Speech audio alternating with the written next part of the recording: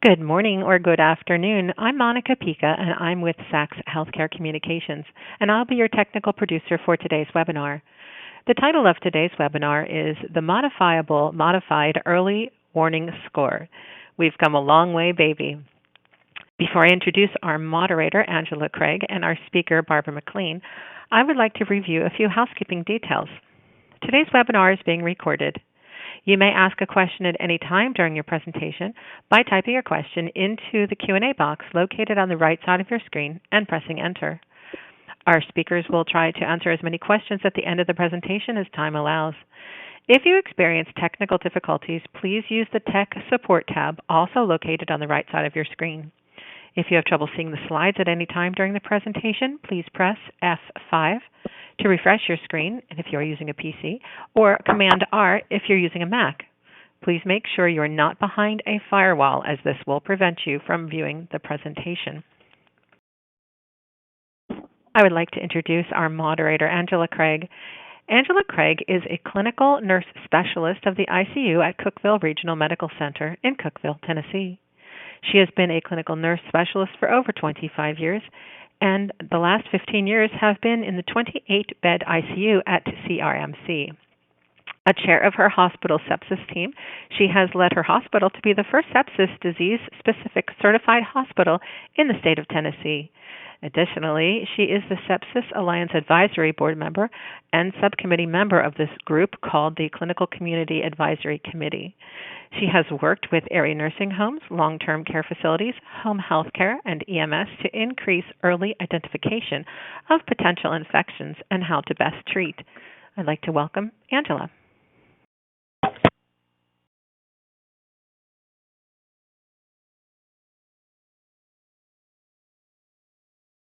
And Angela will be right with us.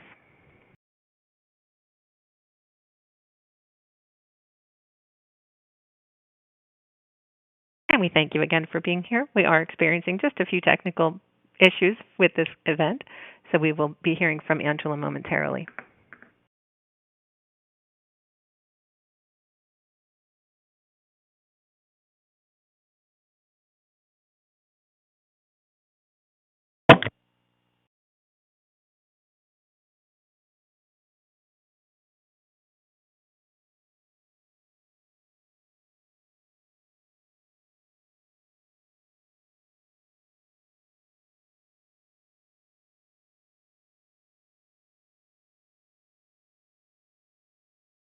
Meanwhile, I will go ahead and introduce Barbara, our speaker. The title of the webinar, once again, is the Modified Early Warning Score. We've come a long way, baby. Speaking on this very timely topic is a colleague, Barbara McLean. Barbara is currently the evidence-based practice clinical specialist for the Division of Critical Care at Grady Health System. And I will hand it back to Angela to continue our introduction of Barbara. Thank you. Sorry about that. Yes, Barbara McLean is my colleague and friend. I'm so excited to be able to share and to introduce her. She is a recipient of multiple awards for clinical practice and education from Grady Health System, the state of Georgia, AACN, and SCCM. She has written many chapters, close to 50 articles, and is a regular reviewer for critical care medicine, intensive care medicine, and the New England Journal of Medicine. Whew, she does a lot. She is world-renowned, popular speaker, providing intensive education and making complex concepts simple and applicable. A strong advocate for patient safety and definitely for staff support as well. The speaker disclosed no relevant financial relationships in reference to this presentation. There are continuing education for nurses and respiratory therapists. This educational activity is approved for 1 contact hour. A link to obtain the CE credits will be available at the conclusion of this webinar. And support for this educational activity by Phillips. So now at this time, I'm going to hand this over to my friend and colleague, Barbara McLean. Thank you so very much, Angela. My friends, because of some technical difficulties, you're not going to be able to see me on camera until the Q&A.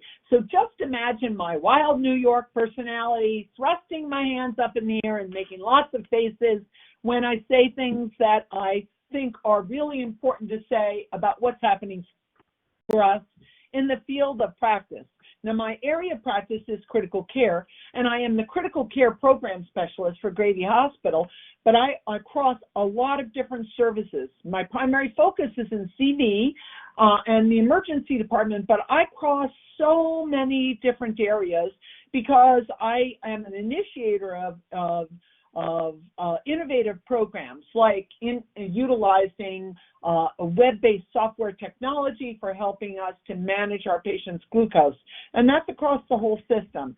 So I think one of the things I would say, and I love what happened. We couldn't have made this better if we had paid somebody to say, we have a little technology failure, and we're all worried about technology. We all worry about technology failure. Last week, we lost our servers for Epic, and that created quite a bit of havoc. But one of the wonderful things that we know is that as technology is growing and as it's being modified and as it's getting more focused, we can really utilize technology in really significant ways that evolve our practice. Yes, we have a lot of hiccups and bumps, but by the way, we're healthcare providers, so we actually know how to work within bumps and grinds probably more than anyone else in the world, and that's what we're going to do when we apply this in our methods for how we're moving towards the future, how we have come a long way, baby. Yes. Now, you might remember that actually We've Come a Long Way, Baby was a cigarette commercial. I'm certainly not talking about that. I am just reminding you that we've come a long way, baby, in terms of how we're looking at what nurses do and how our patients are presenting in our wards and in the primary care and in our ICU, and also really considering how that evolves and affects us at the bedside. So today I have a couple of objectives. I hope I'll be able to fulfill them very, very, very well. I just want to let you know that we're going to really talk about modifiable MEWS or NEWS, and that utilization, rapid and succinct identification of possible deterioration for your patients. And we're also going to just very, very, very gently talk about some of the other scoring systems that are becoming available, and then talk about how do you make a scoring system right for you to create an opportunity for nurses and physicians and others at the bedside to assess overall patient situation when objective signs are pointing to deterioration.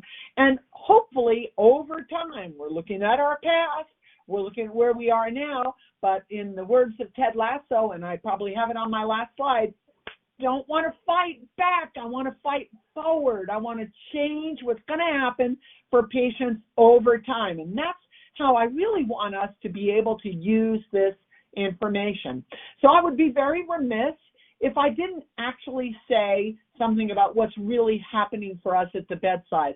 So this is a slide that's from the Nursing Advisory Board. You'll see that down here. It's kind of buried there in the blue. But I want to say these are from the Advisory Board, which is a high-level program that really looks at current trends in clinical practice. And it gives us a lot of information. And you can look and see all the statistical data about bedside nurses, about payroll expenses, bedside vacancy, and the amount of days and finance required to recruit an experienced nurse. But I don't think anyone on this call would be surprised to know and to remember that our nurse turnover, vacancy rates, and time to fill benchmarks are at the highest point in recent years. And all this wonderful attention on our clinical workforce is helping us to drive innovative strategies that actually are designed, by the way, to support nurses and patients at the bedside, not to replace them, but to support them. Really important for us to appreciate that the turnover in bedside nurses since since 2010 has doubled. Now, 2010 was a historic low, and now we've doubled in terms of turnover, and bedside nurse turnover and full-time and part-time staff rose to 18% in 2021, and it was 14.8% in 2020. So, by the way, the reason I tell you that is so that you're not thinking this overall problem is just because of the pandemic, because that is not true. But the highest recorded vacancy rate for bedside nurses has occurred in these last years. So this is really significant. And then in the discussion with nurses about what their next plans are, 32% of nurses intend to leave their current positions, providing direct care. They want to leave, they want to go up, they want to become leaders, they want to become ACNPs, CRNAs, or they're leaving the healthcare profession overall. Now, no one on this call is surprised about this data. We live it every day. We live it in our systems. We live it at our bedsides. We live it when we're caring for our patients. We are really recognizing these issues. And this whole churn, this whole turnover. So again, we're looking backwards and thinking about historic highs and lows in our 150 years of data collection. This is really one of the worst times in the history of healthcare when nurses are saying they wish to leave direct care. Actually, in a recent McKinsey survey, they noted that 70% of nurses were likely to leave direct care in the next year. And obviously, pay is an issue, but the most important issue is feeling like they cannot take good care of patients.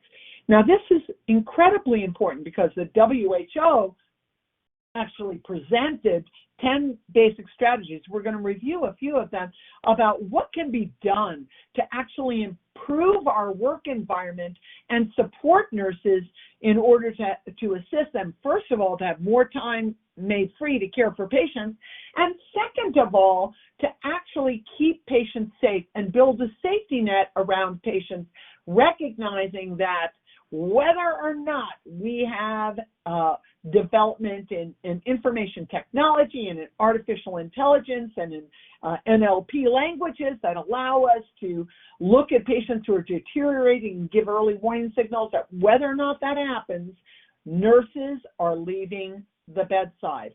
So we really have to, I would almost say, we just want to recognize that COVID exacerbated a difficult work environment, but it wasn't really the cause of the difficult work environment. That work environment was already on the downslide, and we have had long-standing difficult structural issues that were based on insufficient staffing and burnout, where nurses feel like they cannot provide the best care for patients. And by the way, the number one driver of intent to leave practice is insufficient staffing. Now, part of that just means it's overwhelming. At the end of 12 hours, we're dead on our feet. We go home, we say, if I'd only recognized this, if I only had had time to do that, this patient needed one thing, that patient needed another, and there's just not enough of me to go around. So I want to make sure you appreciate that I don't necessarily believe that in the current state, and probably in the near future state, that there's a technologic capability to alleviate all of those concerns, because we just don't have enough people for human caring at the bedside. But it is really important to recognize that technology may alleviate some of those burdens.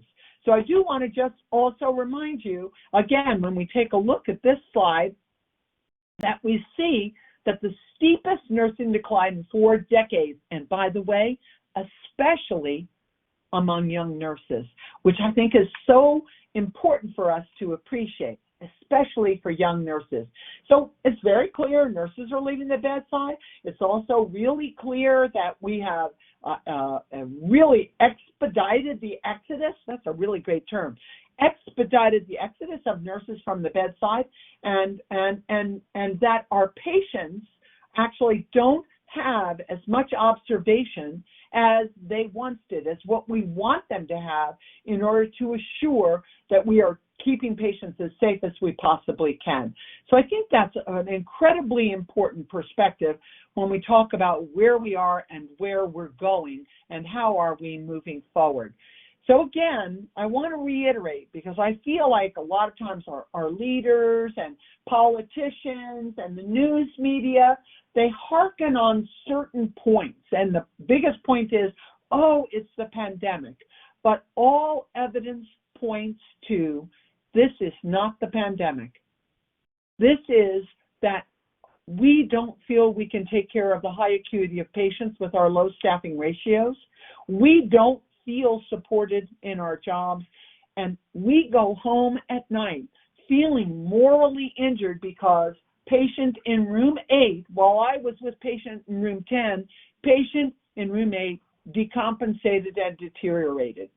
That's the place, my friends, that's the place where technology can help us. And so I think always so incredibly important to remember that deterioration and decompensation of our patients, that just doesn't care about staffing models. It happens whether we're well-staffed or poorly staffed. The issue is that when we are not able to maintain sufficient staffing, patients decompensate and give signals of decompensation that may be very subtle, and even if we're in the room, we might not recognize, but that may be also more overt, but we're not always at the bedside, not because we're drinking coffee. Who drinks coffee except on your little thirst station? You take one sip and then you never get back. And not because we're eating lunch. Whoever gets to eat lunch? You never get to eat lunch. We're not on the phone. We're not watching TV. We are caring for our patients. And it's incredibly important to remember that a patient who requires a hospital admission is always at risk for deterioration. So this is so important to us. And we know that if we don't identify and treat them, they are going to deteriorate, require intensive care admission that, of course, causes or is related to increased morbidity and mortality. And in systems that actually have utilized rapid response or early warning scores, what we can see is that if we can identify those patients earlier, we can protect and prevent them in some percent, not 100% of the time, but in some percent of the time, we can protect them from further deterioration, decompensation, cardiac arrest, ICU admission. So really important for us to actually appreciate, I believe, to appreciate and understand the role of scoring signals, because those scoring signals can actually help us very significantly and help us identify our patients very early on and attempt to prevent the requirement for resuscitation by being proactive. Now, I'm going to just correlate that very quickly to thinking about our sepsis score tools, our sepsis BPAs, our methodologies, QSOFA, other methodologies that we might use to identify sepsis. Really important to remember that all those types of scoring tools are diagnosis-based. And you know what? Fantastic. They're fantastic.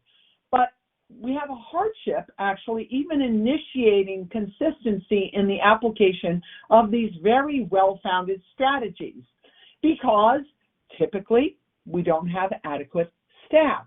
So we're going to rely more and more and more on our EMR, on integrated systems between monitor and clinical decision-making, support systems, and integrating all of these 4,000 points of data that we're achieving on our patients every hour, really integrating that into a model that's going to give us a methodology to do better management and better care. Now,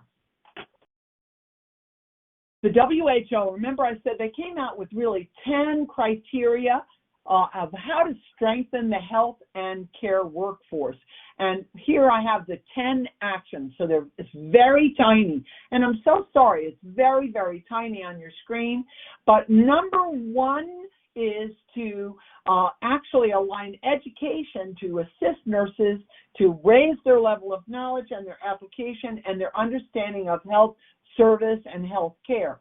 But number three, action number three, so only number three, is to expand the use of digital tools that will support the workforce. Now, I really want to highlight that because as we expand that use and we see that support to the workforce, we may better be able to encapsulate our patients in a cocoon of safety. And of course, that will be our major request and requirement. And by the way, that's not by replacing staff, but by reducing the time that staff spend on tedious jobs and redundant data, and also taking points of data that the human mind is almost incapable of integrating all at the same time, and providing evaluation of large pools of data on all of our patients that then gives us the capability and the ability to move forward in actually making predictive models for patients who will deteriorate. Now, that's a really important part of technology today, to take big data and utilize that data to develop predicted models.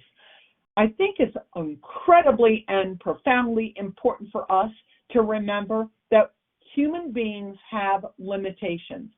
Even the most intelligent with the most time to peruse what's happening at the bedside, to think and process and evaluate, that we have limitation. And so one of the things that we understand is that as we move forward and we look at digital tools, we look at human factor science, that we're going to combine digital tools with human factor science to develop strategic methodologies to assist us in the better management of our patients.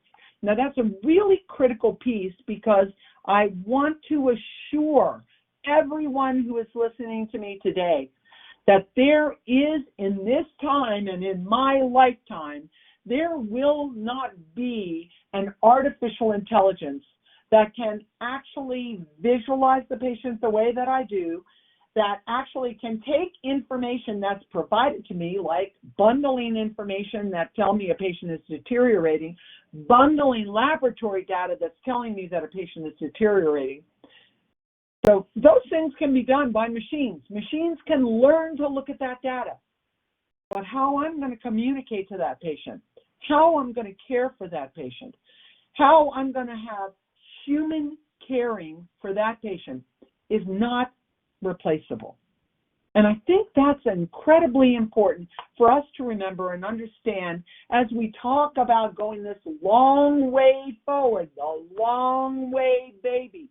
Because utilizing these digital tools, and digital health is over many different layers, remote telehealth and telemedicine, wearable devices, communication from the pads the patient is wearing, and the software and integration with rapid response giving us some decision support, always allowing us, of course, to make the final decision.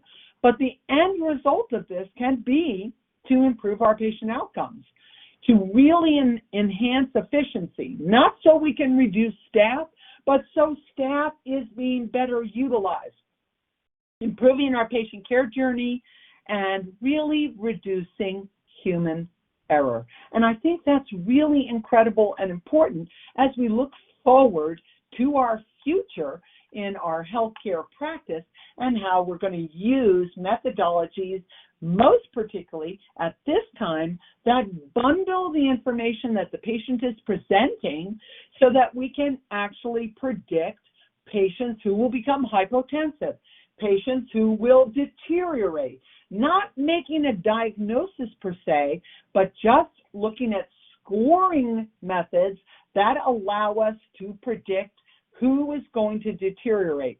So we can upload our attention, so we can upload our intervention, so that instead of always being reactive, we can be better at being proactive. And that's the long way to go.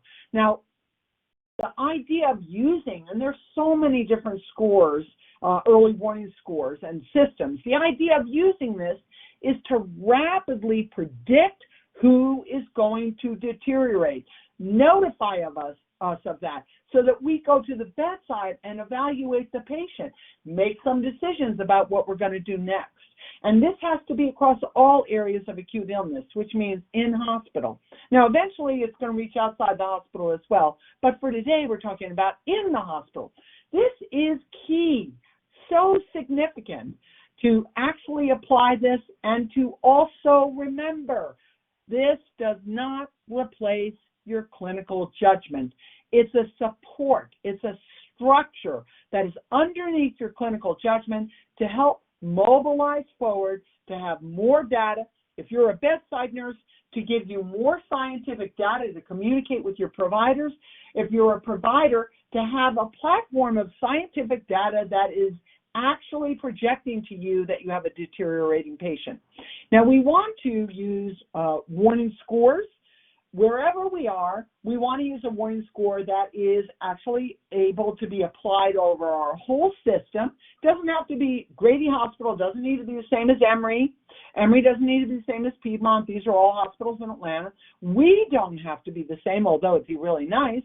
But within our system, we need to use the same methodologies so that we can move freely and fluidly throughout the system with a good understanding of our predictive methodologies. So first and foremost, we just want to remind myself who's at risk, okay? So who's at risk? Well, lots of patients are at risk, but from this really lovely evaluation, looking at patients with sepsis and utilizing a scoring tool called MEWS 2 actually, this was a really nice framework that said out of the patients that we actually evaluated, a couple of thousand patients over time, here were the components that actually told us about patients who will be at significant risk for deterioration. That doesn't mean that if you're outside of this, you're not going to have that possibility. And I don't think this is anything like, aha, my mind is blowing up from what you just said, because we can appreciate the older you are, if you have vascular or cardiac deficiency, if you're diabetic, if you have COPD, cancer, trauma, if you have an infection, and within that infection, if you have sepsis, all of these are actually initiating predictors that tell us that we have patients who are at risk for deterioration. So really, really important to say, okay, from what has been going on since 1997, and actually even a bit earlier, which is actually developing these scoring systems, I want to make sure that we have the same language here, that we have the same language in discussion about this. And I want to remind you that some tools use a scoring system which takes a number of values, or some other tools will look at one value. And very, very important to remember that when we look at scoring tools or threshold parameters, in either case, those should always trigger a response. So it is really important for us to remember that some of the tools that we use, things like SOFA, or some of us are still using SIRS criteria, or Q-SOFA, or your sepsis BPA, those are disease or diagnosis-specific tools, and those are fabulous. And it's really great to have data that tells us this patient group with these parameters are going to be more likely to develop septic shock. I think that's fantastic. But I also want to remind you that in the practice of medicine, this is much grayer and so complex. And that's why, in general, what we need are broad scoring tools that we can apply across our system that actually predict deterioration. And at this point, really leaving the diagnosis to the providers and the nurse and the physician and the APP at the bedside as a team making a diagnosis using this criteria. So a really important concept when we're looking at utilization of scoring tools and threshold triggers. So scoring tools, typically, remember, is going to be related to a mathematic calibration, like the MEWS, like the NEWS, like the Q-SOFA. These are all mathematic calibrations. But for persons at the bedside, almost always, we're only responding to one observation. Now, the problem with one observation is that may not be predictive of deterioration. It may be very predictive of a problem, but it may not be predictive of deterioration, and it usually isn't subtle. So my patient had a heart rate of 100, and now it's 125. That's not really a subtle change. That's a 25% change in the patient's heart rate. Well, now I'm very worried about the patient.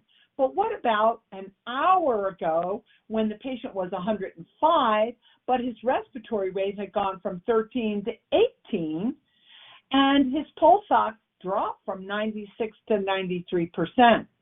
Could I have identified that patient earlier if I was looking at a score that was based on a bundle of data with subtle change that actually identified that my patient may have been at risk? So I do want to let you know, everybody in the world is trying to find an ideal scoring system. It's really hard to do that because human beings are dynamic, and care and acute care and hospital-based practice is very, very complex. No one is saying that we can simplify this, which is why clinical judgment is paramount, and also why expertise and experience is paramount in these situations. So we want to use these scoring systems because they're going to give us information, point us towards the direction of the possibility of clinical deterioration, and allow us to prioritize what room we're going in first and what room we're going in 10 minutes more and 20 minutes more. Even when we may have 3 or 4 patients, we're going to move and prioritize that patient who has that prediction score. We're going to look at them more frequently because of the possibility that they are on the precipice of deterioration. Now, scores must be easy to communicate. They must be easy to understand. And in general scores, simple scores, should not require laboratory or radiologic findings, but should be easily applicable by a bedside nurse, no matter where they are, as long as they have simple monitoring capabilities. So really, really important. Now, I love this statement here. This is such a great statement. Out of 459 suspected infection patients, meaning suspected for sepsis, had a single extreme physiologic parameter that was used in isolation, but when they looked at the triggering tool, so these patients that they suspected had sepsis, right, if one parameter was being utilized, they lost about 45% of patients who are at high risk of death following this infectious episode or the development of sepsis. Well, I thought that was pretty stunning. I thought that was an important thing for us to remember. So now I just want to really talk very quickly about some of the scoring tools that are available currently and how we utilize them. So first, I'm going to just start on, not that this is the most important one, it's just the first one that's on my slide. So just want to remind you that we looked at QSOFA as an abbreviation of a primary SOFA score. Now, primary SOFA score is a rich score that looks at laboratory evaluations as well as organ assessment criteria, and it is a really lovely score that can be used to predict hospital mortality, the possibility of in-hospital CPR. Very lovely score to be used for research, but it was somewhat unwieldy.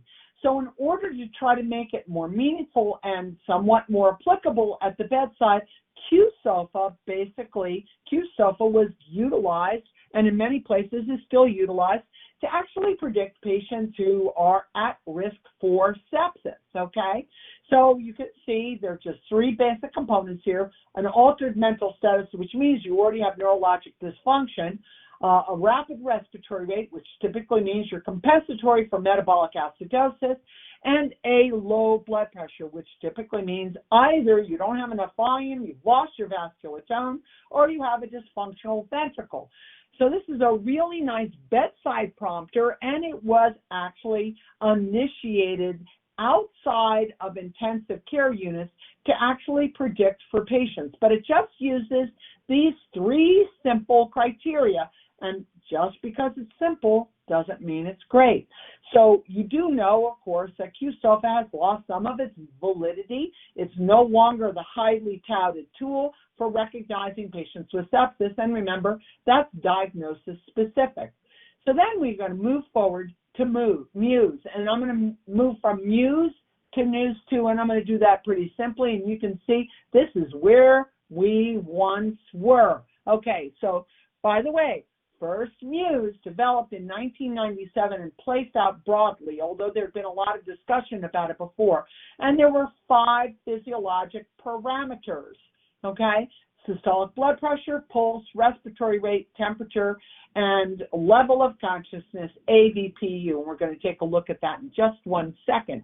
So a really important strategy and methodology that could be utilized to try to encapsulate our patients.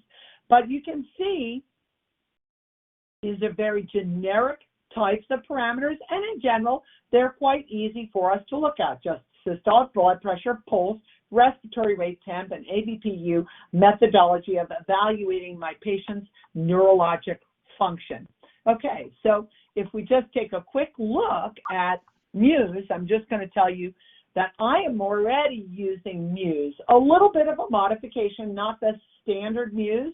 I'm actually using what's known as MEWS, but we call it MEWS.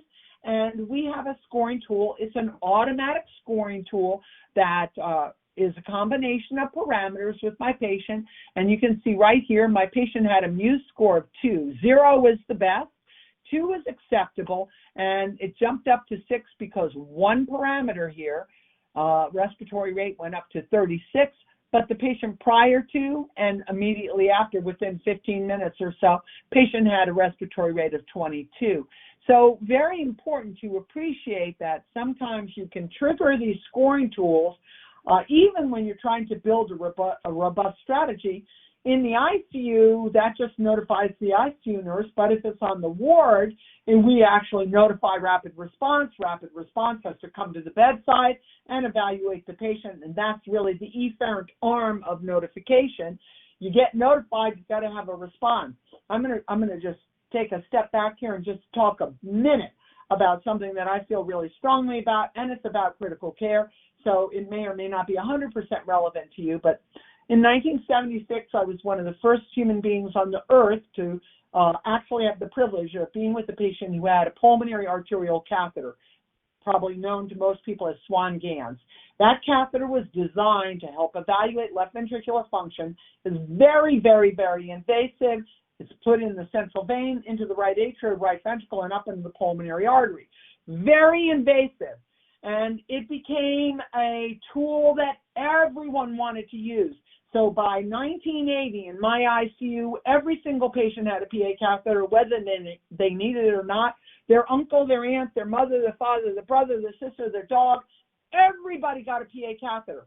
We overused the technology, and basically we threw the technology actually into a heap of disposables, saying it's no good.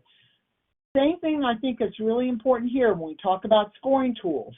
Early MEWS actually fires a lot because it's not robust enough to actually identify a more focused group of patients.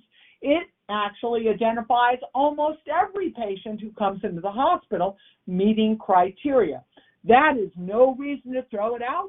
It's a reason to continue to develop our technology. And I'm requesting nurses to be involved in the development of this technology so that we can actually make a more robust technology. But the other thing is, all the while that we're doing MEWS on every single patient in my 1,000-bed hospital, all that data is being collected in the background. And we can then bundle that information to move forward to tell us about patients and risks that patients are deteriorating, variables that predict deterioration. And every month, every week, every year, we are getting better. Now, from MEWS, and you saw what MEWS was, we moved to NEWS. And NEWS is a national early warning system, but what's been added here is oxygen saturation. So we went from that basic respiratory rate and pulse, temperature, systolic pressure, and level of consciousness. We moved from that and added in oxygen saturation or any supplemental oxygen. So not really my purpose to tell you how to do this scoring, but 0 is everything is normal. And then if you shift to the left or you shift to the right, so when you shift to the left, you're going down. When you shift to the right, you're going up. Okay, very important that with each parameter that gets plugged in here, we create a scoring tool. So really, really important as we're looking at our individual patients. Okay, and then if we move forward from NEWS, we're going to move forward from NEWS to NEWS 2, and that was identified actually in 2017, move forward to NEWS 2. Now in NEWS 2 actually has been very highlighted as performing well at detecting and monitoring sick patients from all causes. So whether it's sepsis, whether it is cardiac failure, pneumonia without sepsis, COPD without sepsis, a really good predictor tool, but in the end, probably won't benefit us quite as much as some other tools that are on the horizon. But now what you see here is that you have respiratory rate, supplemental oxygen, systolic pressure, pulse, consciousness, and temperature, just like we looked at before. But now you also include saturation. Saturation 1, and saturation 1 means that is really, really important, is that patient, saturation 1 is in a patient who is not hypercapnic, and saturation 2 is in the patient who is hypercapnic. So you can see the difference. SpO2 1, your score would of 0, meaning normal, you'd have to have a 96% SAT. But here's somebody who is hypoxemic and is most likely hypercapnic. So that's a really important perspective, and it gives us a better look at what's occurring for our patients and to our patients. So as we move forward, it's just really important to see these scoring tools, which actually here with NEWS 2, you have to have a fairly higher score, an aggregate score. So that means your multiple parameters have to be out of normal for us to actually consider that you're a patient at risk for deterioration. So one of the issues is with early MEWS, we were getting 4,000 MEWS activations a month. So part of evolving forward is trying to collect all that data, massage the data, apply the data, and narrow the focus. So that's really the goal of NEWS 2, is to try to narrow the focus and reduce the actual activation of response when it's not required. Now, of course, as you do that, because it's very sensitive but not specific, we all know that as we make it more specific and less sensitive, we're going to miss some patients. And by the way, that's always going to happen. But what we don't want to do is overwhelm our staff with all these alarms and alerts so that they are no longer even paying attention to what's occurred. Now, there are other scoring systems, and I'm just going to mention them here. I didn't put a slide in here. One of them is called VitalPAC-US. That includes the laboratory analysis of lactate, and that typically is used for trauma evaluation. It performs better than the normal trauma and injury severity score. And then there's another one that I think looks really, really, really, really hopeful, and that is the 10-parameter sign of vitality, and that's called the SOV. The SOV, the signs of vitality, and that includes everything from everything from MEWS, but also includes urine output, capillary refill, and lactic acid or metabolic acidosis levels. So you can see as we move forward, because I think this is one of the most recent evolutions, the 10-parameter signs of vitality, SOV, that actually starts to focus us more on new onset metabolic acidosis or lactic acidosis, both of which can be very significant predictors of patient deterioration, along with cap refill, which has become a very resurrected sign to help us evaluate our patient's blood flow, their urine output, their level of consciousness, blood pressure, etc. So really fantastic, because we are moving quickly to try to create good communication from monitoring the nurse to our EMR and back again to the patient, so that we're actually going to hopefully improve outcomes for our patients. So really, really important, something that's brand new, that's just now in evolution, is what's known as the Epic Deterioration Index. Now, it has not been fully vetted. We are now applying that to all the patients in our system, gathering data in the background, and then we will tease out that data. But what we're looking at for these patients, some very similar things, right? Level of consciousness, great. Systolic blood pressure, wonderful. On oxygen and pulse ox, fantastic. Patient age, which is a big predictor of deterioration. Temperature, pulse, and rhythm, that's new, right? And we already said respiration, and then the integration of laboratory data. And I will just mention to you, at my hospital, we had quite a bit of discussion about this and a lot of input from bedside providers about what kinds of things they felt were going to be important to help predict patients.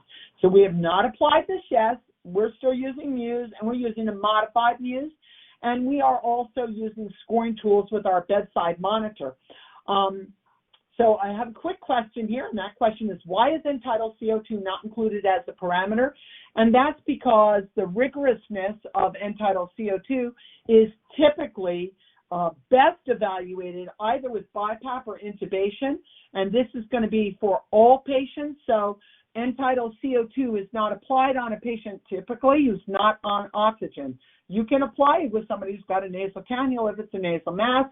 You can apply it if they're on high flow. But remember, these scoring systems are designated to try to capture the majority of our patients. But Ellen, fantastic. I believe end-tidal CO2 is incredibly important, but it isn't widely applied. So when you're out on a med-surg floor and they're wheeling a cart around, they are not necessarily doing end-tidal CO2.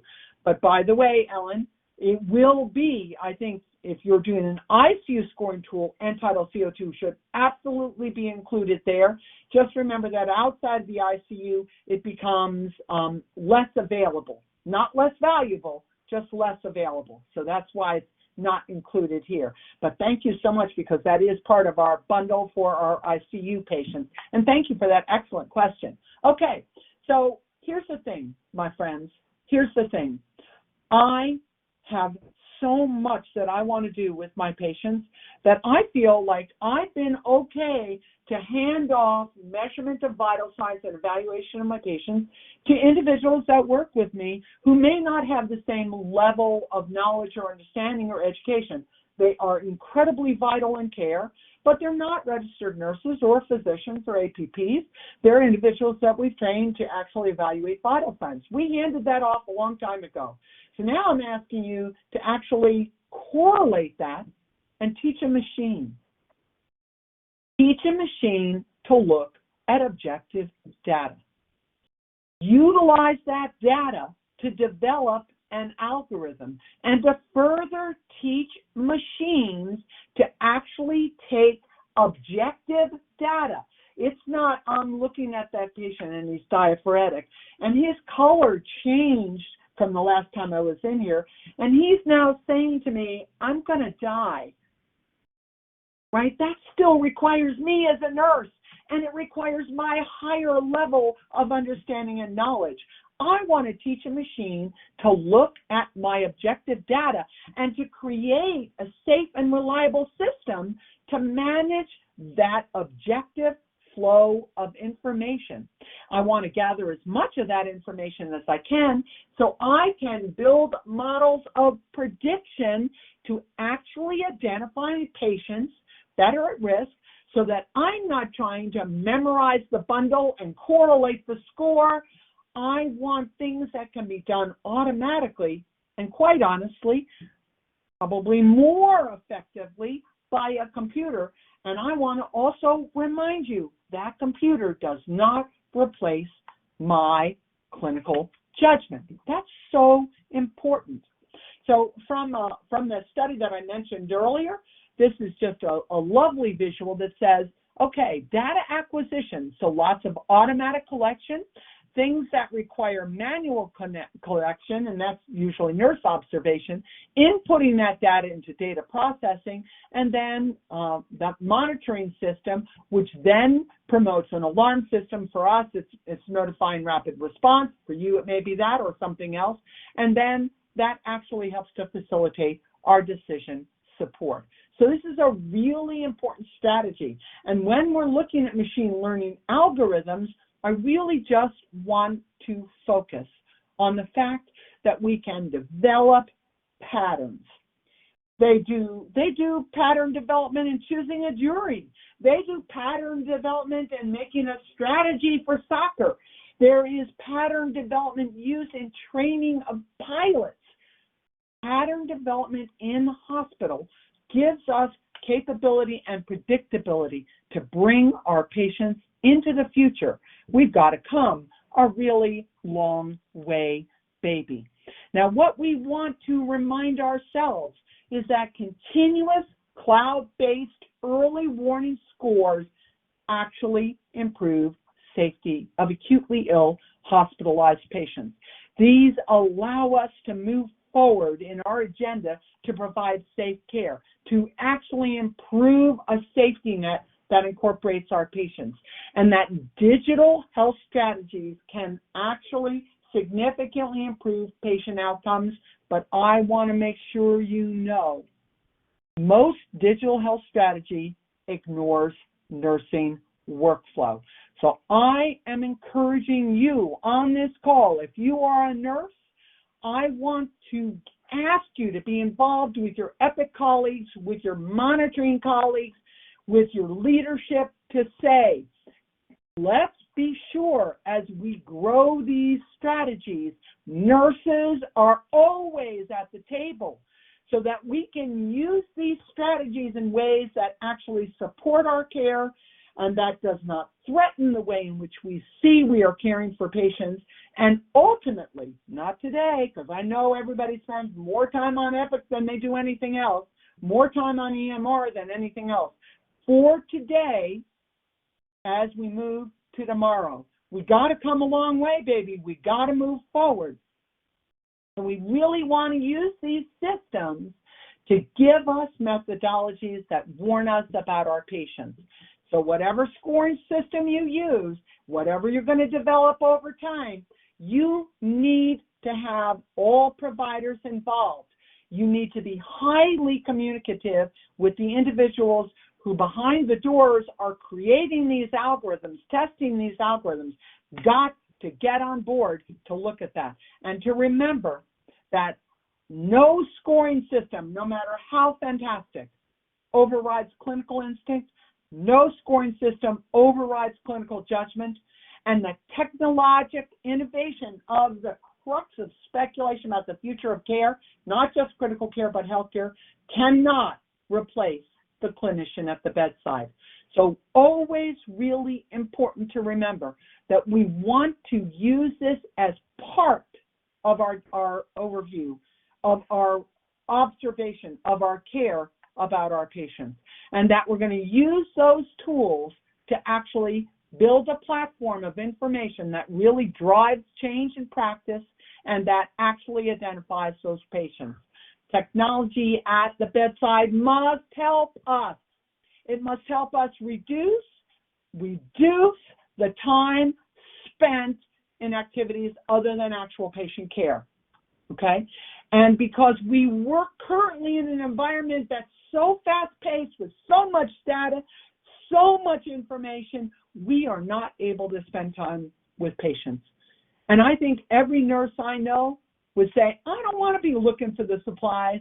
I don't want to always be documenting, validating, vetting medication, and it just prevents me from the ability to care for patients. And by the way, I believe that that strategically is one of the major causes of moral injury and moral distress at the end of the day. I just couldn't take care of my patient. So really, really important. Technology can actually improve patient safety. It can reduce the time that we as nurses spend on non-nursing information and burdens. But we have a responsibility to be sure that it's compatible with our workflow, and no one else is going to do that for us. We have to stand up and demand a seat at the table. But that same very McKinsey that did the survey looking at nurse salaries and nurse turnover and nurse vacancy rate also says that using digital health could save $3 trillion a year by 2030. And by the way, if I'm at the table, I'm going to talk about that being used to support more nurse salaries, more nurse education, more nurse scholarship, a lot of change in our bedside practice and our bedside education, and always to remember, hopefully, to allow for more caring, the more caring component of our healthcare. We've come a long way, baby, but I will remind you, my folks that I work with, I have two quotes here. One from Missy, who works in our medical ICU, which is 40 beds and really intense. And she said, I'm really worried in the pit of my stomach regarding my patient, but they're really not out of normal with their vital signs. So how do I validate that? Remember, that's your clinical judgment, and you're never going to override that. So you always want to support your judgment, not replace it. And then Lauren from the SICU said, all my time is doing redundant charting. I have little time to think and care. Why doesn't anybody ever ask about that? It's always, did you chart this? Have you documented that? Remember, as we move forward, we're going to get more data-driven. We're going to have more technology. But on the other end of that, we will have come a long way, baby.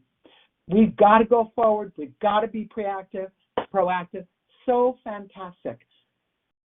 But I want to remind you what Ted Lasso says, because it is going to happen, and it is going to improve care. Don't fight back, fight forward. Thank you so very much for your attention. I really totally appreciate it. I am available for Q&A, but I think we're probably out of time. We got started a little late, and we had a few little complications. So I am going to connect with my camera, though, so that you can actually see me.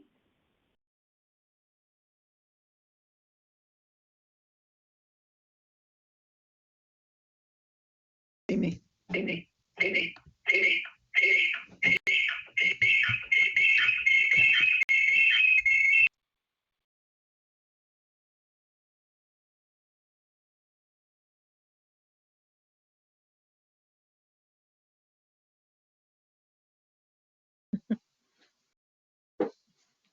So if there's any questions that I can answer quickly, I would love to. And thank you all very much for attending. So I just want to say that before you go.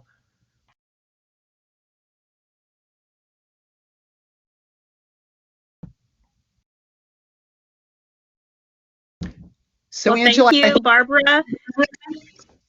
Yes, thank you, Barbara, for this awesome presentation. Due to our time, thank you. You went the full time and it was amazing.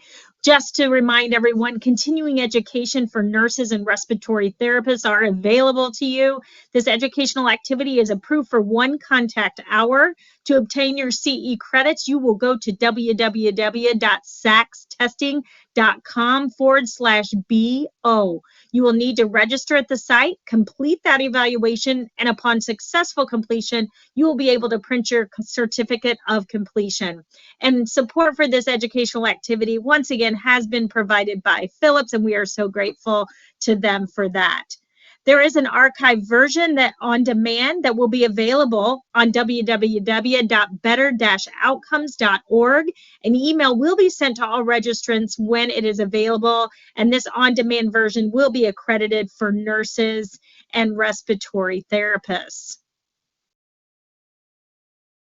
So in lieu of the time, I'm going to hand this back over to Monica. Thank you. Thank you so much. And once again, that information to receive your CE certificates is posted on your site. And we thank you so much for joining us. This concludes our webinar for today. And I would like to remind the audience there is a survey for you at the conclusion that will pop up immediately. And we would greatly appreciate you sharing your opinions on today's webinar. We thank you again. And on behalf of our presenters, Sachs Healthcare Communications, and our sponsor, Philips, I hope you enjoy the rest of the day.